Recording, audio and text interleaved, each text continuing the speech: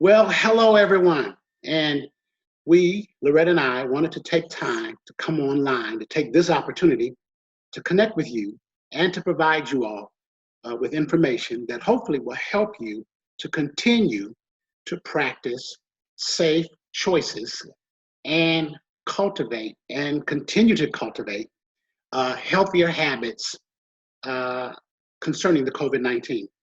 There's a whole lot of information I realize that's out there, as well as messaging.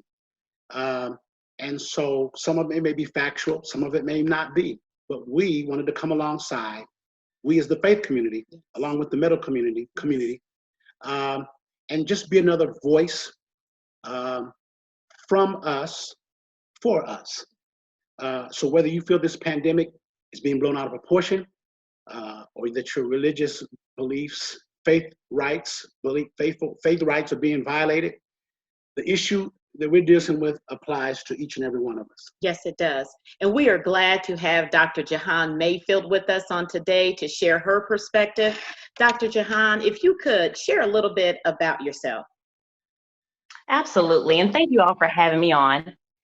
My name is Dr. Jihan Huggins Mayfield, and I am a family medicine provider with Community Health Network. I've been practicing for 7 years, and I'm also a member of Overcoming Church proudly. I don't consider myself a frontline provider when it comes to COVID-19, but I am managing patients who are sick at home with this via telephone and video visits. And so I'd like to just impart some practical knowledge to you all today. Excellent. So speaking as a medical professional, what would you like to share with us concerning COVID-19?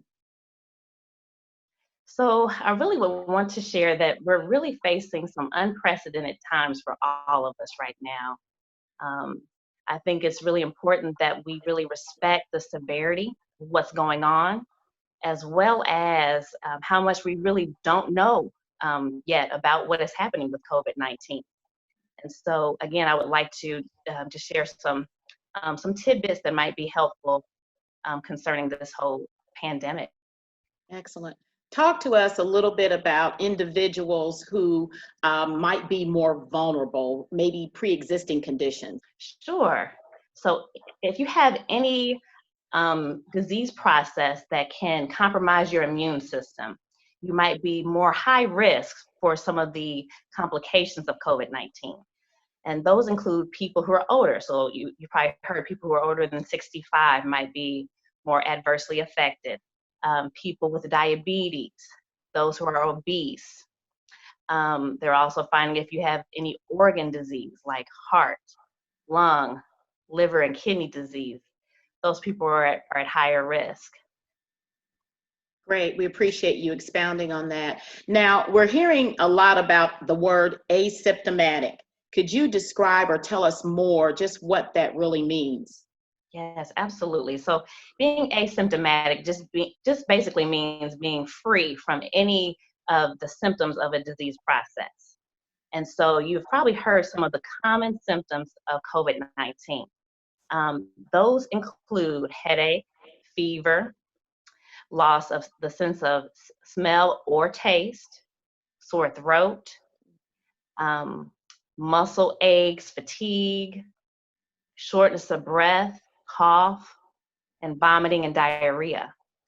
There are also some rare side effects of COVID-19. So by now you may have also heard that some people are developing clots when they have severe illness of COVID-19. So with that being said, the thought is that our body's immune system is fighting so hard against this disease process that it's causing a cascade of clot formation. So you also want to look out for signs of pulmonary embolism, which is basically a clot going to your lungs. Signs of that include shortness of breath and chest pain. Also, stroke symptoms, so one-sided facial droop, trouble speaking, one-sided weakness. And then also, there have been signs of people having color changes to the skin and their toes. And the thought behind that is there might be small clots going to the extremities. And so with some of these more rare findings, they're finding those in a lot of young people. And so in that sense, that's why we can't think of this disease process as something that's just for the old or sick. It truly can affect anyone, and that's why we all have to be so cautious and use wisdom when trying not to get this. That's great information, because we hear a lot about some people feeling like, well, it's not going to affect me. But does COVID-19 affect certain groups more than others? So great question. They're finding that anyone can truly be affected, but you've probably seen too that African Americans are being more adversely affected and having more severe illness and death disproportionately. And I think the reason behind that is a long-standing issue. There have always been some disparities when it comes to African American health. If you look at our health in totality against our counterparts, a lot of times our health is not as good. And many of us do fall into the categories that make us more high risk for severe disease. So that's why I think disproportionately we're being affected this way. I just read a report, some data that while we only make up, African Americans only make up 10% of the population of the state of Indiana, we're 3 times as more likely to contract it than our counterparts, our Caucasian counterparts, and even higher, that percentage is even higher when it comes to the rate of death. So from a practical perspective, what should people do that could help them to prevent from contracting the virus? Yes. So I think all of us right now are wanting to get back to some sense of normalcy. We've been locked away, things have changed so much. But I think we really need to resist the urge to get back to the way things were, because I could really anticipate this being more of a long-term issue than we'd like it to be. Because really, the economy is opening back up. But really, aside from there not being that sudden surge of cases, nothing's changed. We still don't have an effective treatment. There is no vaccine for this. And so in order to prevent a surge of cases, we're going to have to be very wise and use caution as we do get back to work and things of that nature. And so some of those things include wearing a mask when you're out. This disease is highly contagious. And so I would recommend anytime that you're not in your car or at home or just out taking a walk away from other people, that you're wearing a mask. Mm-hmm. And so I do want to do a quick demonstration on how to wear a mask properly, because I tend to see people not wearing their masks appropriately. So here's a basic surgical mask, which a lot of people are making things similar to this at home if you don't have one of these. So the surgical mask does have a wire in the top. And so first thing you want to do is put that over your nose and then press that wire down so it kind of forms a seal over your nose. And then you want to put that behind your ear and then pull down so you have a good coverage. Wearing a mask like this is not the most comfortable. Some people feel a little smothered while they're wearing a mask like this. But if you're just wearing it down like this and your nose is out, it essentially makes it not even worth it to wear a mask, right? You're not protecting yourself or other people if your mask is like this. And so I do find that you get used to it after a while. And so I think it is very essential because they're finding that the virus can last in the air for a number of minutes. It also can last on surfaces for multiple hours. And so that's where hand washing is so important. It's good to wash your hands with soap and water for at least 20 seconds. Also, you can use hand sanitizer. You just want to make sure that it's at least 60% alcohol.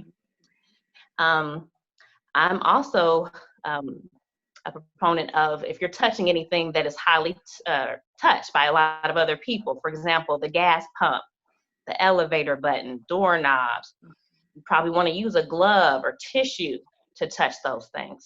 Whenever I'm at work, I don't necessarily wear gloves all day at work, but that's just because I can wash my hands basically anytime I want to. But when I am at the grocery store and different things like that, I do wear gloves.